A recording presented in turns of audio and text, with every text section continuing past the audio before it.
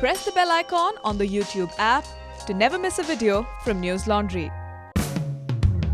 नमस्कार, ये है न्यूज लॉन्ड्री पॉडकास्ट और आप सुन रहे हैं एनएल चर्चा। नमस्कार, मैं हूं अतुल चौरसिया। आपका खर्चा आपकी चर्चा हफ्ता दर हफ्ता हम एक बार फिर से लेकर आए हैं न्यूज लॉन्ड्री का हिंदी पॉडकास्ट एनएल चर्चा। हमारे साथ चर्चा में इस हफ्ते 3 खास मेहमान हैं। हमारे साथ पाकिस्तान से जुड़ रहे हैं, पाकिस्तान नहीं बल्कि लंदन से जुड़ रहे हैं और पाकिस्तान अफगानिस्तान रीजन को कवर करते हैं बीबीसी के लिए सिकंदर केरमानी। सिकंदर, आपका स्वागत है। जी शुक्रिया। इसके अलावा हमारे साथ दैनिक भास्कर के स्पेशल कॉरेस्पॉन्डेंट राहुल कोटियाल जुड़ रहे हैं। राहुल को आप लोगों ने पहले न्यूज लॉन्ड्री में भी देखा है, उनकी रिपोर्ट्स पढ़ी हैं, कश्मीर पर उनकी पूरी सीरीज आपने पढ़ी होगी। 1 साल पहले उन्होंने 370 के एब्रोगेशन के बाद उन्होंने एक पूरी सीरीज की थी 7-8 पार्ट में। तो राहुल भी हमारे साथ जुड़े हैं। स्वागत है राहुल आपका भी चर्चा में। शुक्रिया। और इसके अलावा हमारे साथ न्यूज लॉन्ड्री के हमारे एसोसिएट एडिटर मेघनाथ हमारे साथ हैं। मेघनाथ, आपका भी स्वागत है। थैंक यू सर, अभी भी मैं खास मेहमान हूँ, अच्छा लगता है। सिकंदर का मैं वो प्रोफाइल देख रहा था ट्विटर का। सिकंदर, बहुत ही दिलचस्प आपने प्रोफाइल पिक्चर एक लगा रखी है, who trust a guy who misspelled Sikandar. तो इसको बिल्कुल, मुझे बहुत गालियां क्या था जी। एक्चुअली मेरा नाम सिकंदर है, जैसे आपको पता है। और नॉर्मली पाकिस्तान में, पता नहीं इंडिया में, लेकिन पाकिस्तान में नॉर्मली लोग SIKANDER के साथ लिखते हैं, लेकिन मेरे वालिदैन SECUNDER के साथ लिख लिया, क्योंकि जैसे मेरे ख्याल है एक शहर है इंडिया में सिकंदराबाद। उन्होंने सोचा कि यूके में शायद लोग के लिए फोनेटिकली प्रोनाउंसिएशन के लिए ऐसे ज्यादा आसान होगा, लेकिन फिर भी ऐसे कोई फायदा नहीं हुआ। बस सारे लोग मुझे सिकंदर बोलते हैं यूके में। जैसे हमारे यहाँ आजकल सेक्युलर को हटाने के लिए लोग इस्तेमाल कर रहे हैं सिकुलर।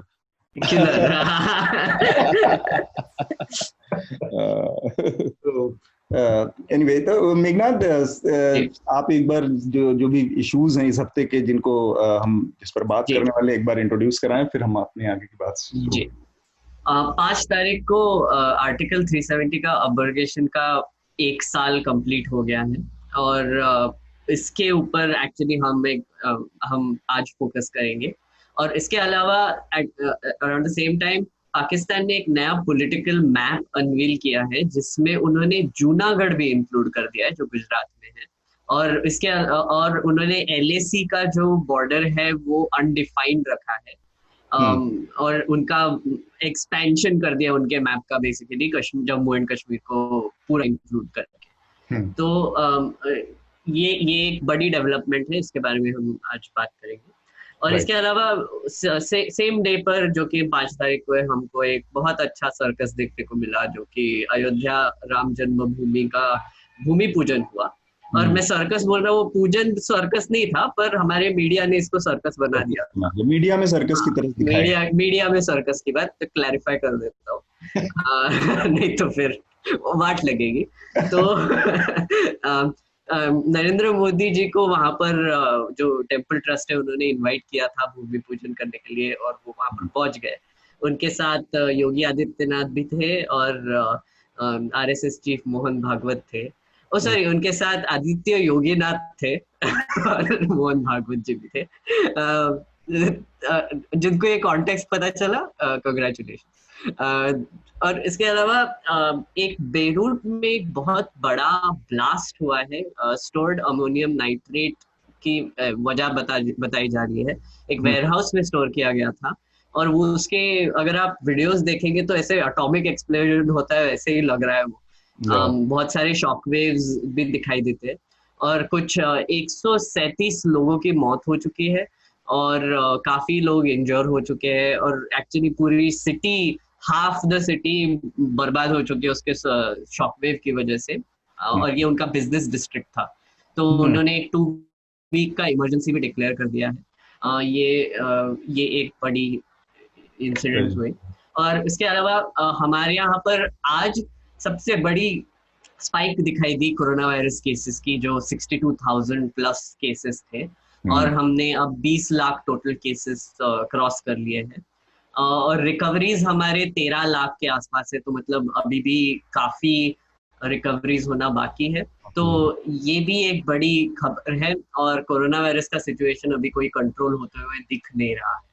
और बाकी की थोड़ी छोटी इधर उधर की खबरें भी है, जैसे प्रशांत भूषण के, हमने पिछली बार बात किया था, वो प्रशांत भूषण जी का जो सुप्रीम कोर्ट में जो केस है उसकी हियरिंग शुरू हो चुकी है। वो उनकी थोड़ी सी कोर्ट में मतलब बहुत ड्रामेटिक सीन्स भी दिखाई दे रहे हैं। वो उसके बारे में अगर समय मिला तो थोड़ा सा हम बात करेंगे, कम से कम इन्फॉर्म करेंगे। हाँ जी। और रिया चक्रवर्ती को सीबीआई ने एफआईआर फाइल करके उनको समन किया है उनका आज, और ईडी ने भी समन किया है, तो ईडी का आज उनका इंटरोगेशन हो रहा है।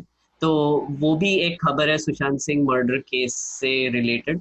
और ये एक्चुअली मैं मेंशन करना नहीं चाहता था, पर कर रहा हूँ क्योंकि अभी हमारे मीडिया चैनल्स का, कुछ मीडिया चैनल्स का फोकस कंप्लीटली यही केस पर है। हर रात में डिबेट हो रहे हैं और एक एक एंगल रिवील हो रहा है, तो एक trial by media sort of situation हो गया है ये केस में। इतना मेरी तरफ से। और कुछ है सर, मैंने कुछ मिस कर दिया? नहीं, बस ये है, दिल्ली राइट के ऊपर हमारा जो एक नया खबर आई मीडिया के कुछ सेक्शंस में कि ताहिर हुसैन ने फिर से एडमिट किया है, उस पर हमारी कई रिपोर्ट्स भी हैं। बेसिकली ये एक तरह के लीक है जो कि पुलिस की तरफ से मीडिया में लीक की गई, मीडिया में 2-4 जगहों पर छपी, और उसकी कोई लीगल वैल्यू नहीं है। उसकी कोई लीगल वैल्यू इस सेंस में नहीं है कि इस मामले में पुलिस की चार्जशीट ऑलरेडी दाखिल हो चुकी है 2 महीने पहले, 1 महीने पहले, और 1 या 2 महीने पहले, और वो उस चार्जशीट में वो सारी बातें थी 2 महीने पहले। तो अब इस मीडिया रिपोर्ट के हवाले से कहा जा रहा है कि ताहिर हुसैन ने एक्सेप्ट किया। तो ये अपने आप में एक इशारा करता है कि किस तरह से इस पूरे मामले में मीडिया, पुलिस और मीडिया मिलकर कुछ ऐसा खड़ा करने की कोशिश कर रही है, या कम से कम पब्लिक ओपिनियन को बदलने की या उसको मैसेज देने की कोशिश कर रही है। तो और इसके साथ ही एक और खबर थी दिल्ली राइट्स को लेकर। प्रोफेसर अपूर्वानंद जो दिल्ली यूनिवर्सिटी के, उनको अरेस्ट कर लिया, मतलब अरेस्ट नहीं किया, उनको क्वेश्चनिंग के लिए बुलाया, पूछताछ के लिए बुलाया, और उनका मोबाइल फोन जी, और 5 घंटे की पूछताछ हुई उनकी लास्ट ट्यूसडे में। हाँ, ये बेसिकली उनका अब तक का जो चल रहा है सीएए को लेकर, सीए प्रोटेस्ट जो चल रहे थे अलग अलग हिस्सों में, उसको उन्होंने समर्थन दिया था। कई सारे उन्होंने मीडिया में आर्टिकल्स और ये सब भी लिखे थे, तो उसकी वजह से उनको बुलाया गया। कि आपने देखा होगा कि पिछले कुछ समय से सीए प्रोटेस्ट से जुड़े तमाम लोगों को पुलिस ने इंटरोगेट किया है, कुछ लोगों के खिलाफ एफआईआर दर्ज की है, और उसको दिल्ली दंगों से जोड़ने की कोशिश की है। तो हमने इस पर काफी बातचीत पहले भी की है, और हमारे रिपोर्ट्स भी आ रहे हैं। बसंत एनएल हिंदी के लिए लिख रहा है और आयुष इंग्लिश में लिख रहा है, तो जरूर वो सीरीज भी फॉलो कीजिए। वो एक एनएल सेना प्रोजेक्ट है जो कि हमारे सब्सक्राइबर्स ने और रीडर्स ने फंड किया हुआ है, तो हम एक बहुत डीप इन्वेस्टिगेशन कर पा रहे हैं ये पूरे मैटर दिल्ली राइट्स के। तो प्लीज जरूर दिल्ली राइट्स के डिफरेंट एस्पेक्ट्स पे, अब तक की जो लीगल स्टेटस है कोर्ट में, और उसमें पुलिस ने की जो जांच का वो है, चार्जशीट की जो स्थिति है, उस पे हमारी पूरी डिटेल सीरीज है, तो उसको आप फॉलो कर सकते हैं। हम अपनी चर्चा को शुरू करें। मेरे ख्याल से जो पहला विषय है वो है पाकिस्तान के द्वारा जो जारी किया गया नया पॉलिटिकल मैप है, उस पर बातचीत करना बहुत जरूरी है। और 2-3 चीजें इससे जुड़ी हैं। एक तो जो नया मैप है उसमें जूनागढ़ को पाकिस्तान ने अपने हिस्से में दिखाया है, जो कि गुजरात में पड़ता है, गुजरात की एक रियासत रही है, और आजादी के समय उसमें हिंदुस्तान का हिस्सा बना था। और सर क्रीक का एक इलाका है, वो भी गुजरात में ही पड़ता है। ये बेसिकली कोस्टल इलाका है, और उसके इलाके पानी में ज्यादातर पड़ते हैं, और उसमें कई तरह के डिस्प्यूट लंबे समय से रहे हैं, तो उसको भी अब पाकिस्तान ने अपने मैप में दिखाया है। और इसके अलावा जो लद्दाख और कश्मीर का पूरा इलाका है, उस पूरे इलाके को भी पाकिस्तान ने अपने इलाके में दिखाया। लेकिन एक दिलचस्प चीज ये है कि जो कश्मीर और लद्दाख की जो बाउंड्री है, उसको ओपन एंडेड छोड़ दिया गया है। तो ये अपने आप में बड़ी दिलचस्प चीज है कि उसको जिस तरह से छोड़ा गया है, और उसमें लिखा गया है कि ये इलीगली ऑक्युपाइड बाय इंडिया। ये तो सबसे पहले सिकंदर आप ही से जानना चाहूंगा कि ये जो नया पॉलिटिकल मैप आया है, इसको किस नजरिए से देखा जाए? एक तो हम ये देख रहे हैं कि भारत और चाइना के अपने एक टेरिटोरियल डिस्प्यूट चल रहा है और दोनों आर्मीज भी करीब करीब आमने सामने खड़ी हैं, और ऐसे समय में पाकिस्तान का जो ये कदम है, इसको कैसे देखा जाए? ये फिशिंग इन ट्रबल वाटर वाली सिचुएशन है? मेरी ख्याल है कि ये जो पॉलिटिकल मैप जो अभी पाकिस्तानी हुकूमत ने पब्लिश किया, this is really should be seen in the context of a number of largely symbolic moves that have been done by Pakistan to commemorate the 1-year anniversary of revocation of Article 370. So एक तरफ ये political map था, दूसरी तरफ ISPR जो है वो पाकिस्तानी फौज का मीडिया विंग जो है, उन्होंने एक सॉन्ग रिलीज किया कश्मीर के बारे में। हुकूमत ने एक स्पेशल स्टैम्प भी पब्लिश किया। एक there's an important road in the middle of Islamabad, पहले उसका नाम था कश्मीर हाईवे, अभी उसका नाम श्रीनगर हाईवे बन गया।